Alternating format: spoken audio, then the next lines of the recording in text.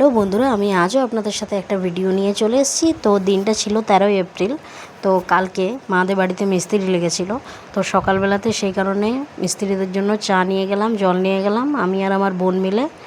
আর এটা হচ্ছে যে দাওয়া লেবেল, তো দাওয়া লেবেল হচ্ছে, তো সেটারই কাজ চলছে। আমি এখানে চা আর জল নিয়ে চলে এলাম মিস্ত্রিদের জন্য। তারপর এখানে বসে বসে দেখছিলাম ওদের কাজ একটুক্ষণ। আর এই যে আমাদের মাঠের মাঝে ঘর হচ্ছে, এটা আমাদের বাড়ির কাছেই মাঠ আছে, সেই মাঠের মাঝে হচ্ছে ঘর। এখানে জায়গা কেনা ছিল আমাদের। তো এটা আমার দাদার বাড়ি হচ্ছে। তো তারপরে মিস্ত্রিদের কাজ প্রায় এগোচ্ছে। এই যে দাওয়া লেবেল হচ্ছে, এর উপরে টাইপিং হবে, তারপরে আবার গাঁথনি উঠবে।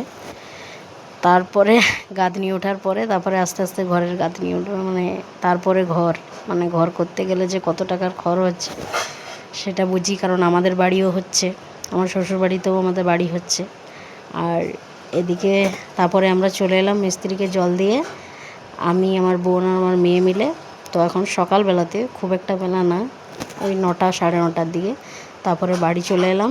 এই যে আমাদের এটা বাড়ির রাস্তা, এখান থেকে কাছেই আমাদের যেখানে বাড়ি হচ্ছে, এখান থেকে বেরিয়ে গেলেই মাঠের পাশেই। তো তারপরে বাড়িতে এসে আমি চান টান করে, এই যে আজকে ছিল নীলের পুজো, তো সেই কারণে মায়ের জন্য ডালিয়া রান্না করলাম। মা বললো ডালিয়া চাপিয়ে, তো মা আমাকে সব কিছু বুঝিয়ে দিচ্ছে। তো এগুলোর সাথে ঠেকাঠেকি করানো চলবে না, কারণ যেহেতু নিরামিষ। তো বুঝে নিলাম ভালো করে ব্যাপারটা, তারপরে এবার রান্না করব।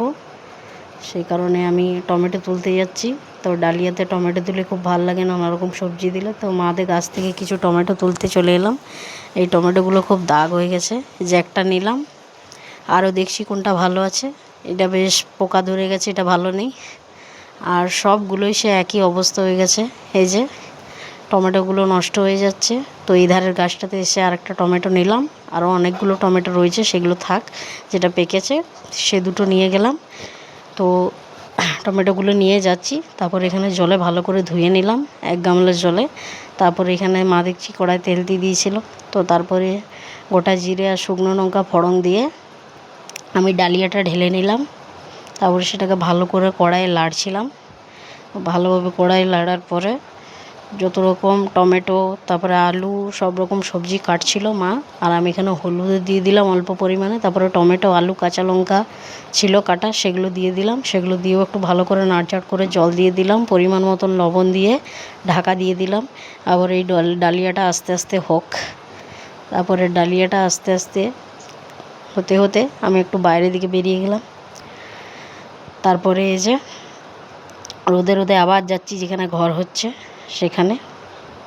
তো এই যে এখানে যাচ্ছি, আর মিস্ত্রিরা বলছে নাকি জল শেষ হয়ে গেছে, সেই জন্য জল বইতে হবে। তো আমাকে আর মাকে মিলেই বইতে হবে, যেহেতু বাড়িতে কেউ নেই। তো তারপরে আস্তে আস্তে আমি হাঁটছি, এই যে। আর এই যে এখান থেকে একটু হেঁটেই এই যে আমাদের এখানে ঘর হচ্ছে, এই যে জুম করে দেখাচ্ছি আপনাদেরকে মাঠটার দিকে। তারপরে জল বওয়া স্টার্ট করলাম, এই যে জল বওয়া স্টার্ট করলাম, জল বইছি। আর এই পর্যন্ত এই এতটাই হয়েছে, এই দিকের দেওয়ালটা এখনও হয়নি কমপ্লিট। তারপরে বাড়িতে এসে আমি একটু ডালিয়া খেলাম, খেতে বসেছিলাম, চামচে করে একটু একটু নিয়ে নিয়ে খেলাম।